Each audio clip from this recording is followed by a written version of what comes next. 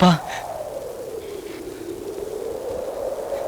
Hello ಶಂಕ್ರುನಾ, ಏನ್ ಚಿನ್ನ, ಹೇಗಿದೀಯಾ? ನಿಮ್ಮಮ್ಮ ನಿನಗೋಸ್ಕರ ಕೋಡ್ಬಳೆ ಚಕ್ಲಿ ಮಾಡಿಟ್ಕೊಂಡು ಕಾಯ್ತಿದ್ದಾಳು. ಶಂಕ್ರು, ಎಲ್ಲಿಂದ ಮಾತಾಡ್ತಿದ್ಯಾ? ನಿನ್ ವಾಯ್ಸ್ ಇಷ್ಟೊಂದು ಕ್ಲಿಯರ್ ಆಗಿದೆ. ಡೆಲ್ಲಿಯಿಂದಾನಾ ಇಲ್ಲ ಬೆಂಗಳೂರಿಂದಾನಾ? ಈಗ ನೀನೇನ್ ಮಾಡ್ತಿ?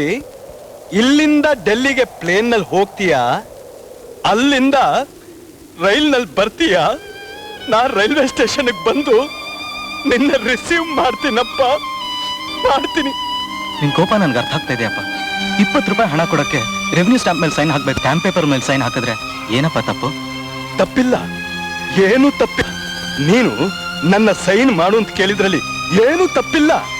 ಆದ್ರೆ ಆ ತರ ಸೈನ್ ಕೇಳೋ ಮನೆ ಯಜಮಾನನ ಹತ್ರ ಹಣ ಕೇಳ್ತಾರಿಯೋ ಹೊರತು ಹೆಣ ತೋರಿಸೋದಿಲ್ವೋ? ಯಶೋಧ, ಹೇಗಿದೀಯಾ? ನಿನ್ ಗಂಡ ಇಲ್ಲಮ್ಮ? ಕೆಲ್ಸಕ್ಕೋಸ್ಕರ ಬೊಂಬೈಗೆ ಹೋಗಿದ್ದಾರೆ. ಕೆಲ್ಸಕ್ಕೋಸ್ಕರ ಅಂತ ಹೋಗಿದಾನ? ಹಾಗಾದ್ರೆ ನಾನು ಅವನ್ನ ಕೆಲ್ಸಕ್ ಬಾರದೇ ಇದ್ದೋನು ಅಂತ ಬೈದಿದ್ದು ನಿನಗೊಂದ್ ರೀತಿಲಿ ಒಳ್ಳೇದೇ ಆಯ್ತು. ಈಗ ನಾನ್ ನಿನ್ ಕ್ಷಮಾಪಣೆ ಕೇಳ್ಬೇಕಾ? ಅಪ್ಪ, ಅಮ್ಮನ್ ನೋಡ್ಬಹುದಾ? ಅರ್ಧ ಗಂಟೆ ಮುಂಚೆ ಬರಬಾರ್ದಾಗಿತ್ತಮ್ಮ. 10 ನಿಮಿಷದ ಕೆಳಗೆ ನಿಮ್ಮಮ್ಮನ್ನ ಸುಟ್ಟು ಬಿಟ್ಟೆ.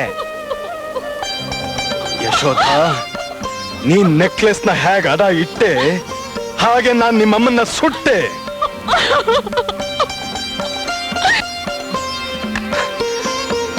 ನಾ ಹೇಳ್ದವ್ರನ್ನ ಬಿಟ್ಟು ಇನ್ಯಾರಾದ್ರೂ ಈ ಕಟ್ಗೆ ದಾಟಿ ಒಳಗಡೆ ಬಂದ್ರೆ ನನ್ನ ಹೆಂಡತಿನ ಸುಡೋ ಸೌದೆ ಖರ್ಚಿನಲ್ಲಿ ಅವ್ರನ್ನೂ ಸುಟ್ಟು ಹಾಕ್ಬಿಡ್ತೀನಿ. ಅಮ್ಮ, ಜನಗಳ ಅನುಕೂಲಕ್ಕೋಸ್ಕರ ಸರ್ಕಾರ ಕಾನೂನನ್ನೇ ಬದಲಾಯಿಸುವಾಗ ನಾವು ಶಾಸ್ತ್ರ ಸಂಪ್ರದಾಯ ಬದಲಾಯಿಸೋದ್ರಲ್ಲಿ ತಪ್ಪಿಲ್ಲ. ನನ್ ಗಂಡು ಮಕ್ಕಳು ಬೆಂಕಿ ಇಡೋ ಯೋಗ್ಯತೆನೆ ಕಳ್ಕೊಂಡ್ಬಿಟ್ಟಿದ್ದಾರೆ. ಈ ಪ್ರಪಂಚದಲ್ಲಿ ಹೆಣ್ಮಕ್ಳು ಏನೇನೋ ಸಾಧನೆ ಮಾಡಿದ್ದಾರೆ. ನನಗೋಸ್ಕರ ನೀನೊಂದು ಸಾಧನೆ ಮಾಡಬೇಕು. ನನ್ನ ಹೆಂಡತಿಗೆ ಬೆಂಕಿ ಇಡ್ತೀಯಮ್ಮ.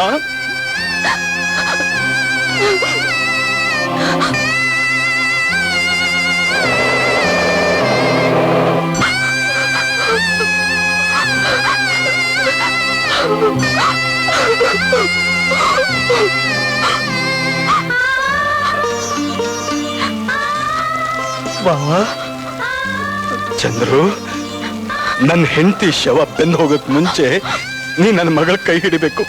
ಕೊಡಮ್ಮ, ಕೊಡಮ್ಮ.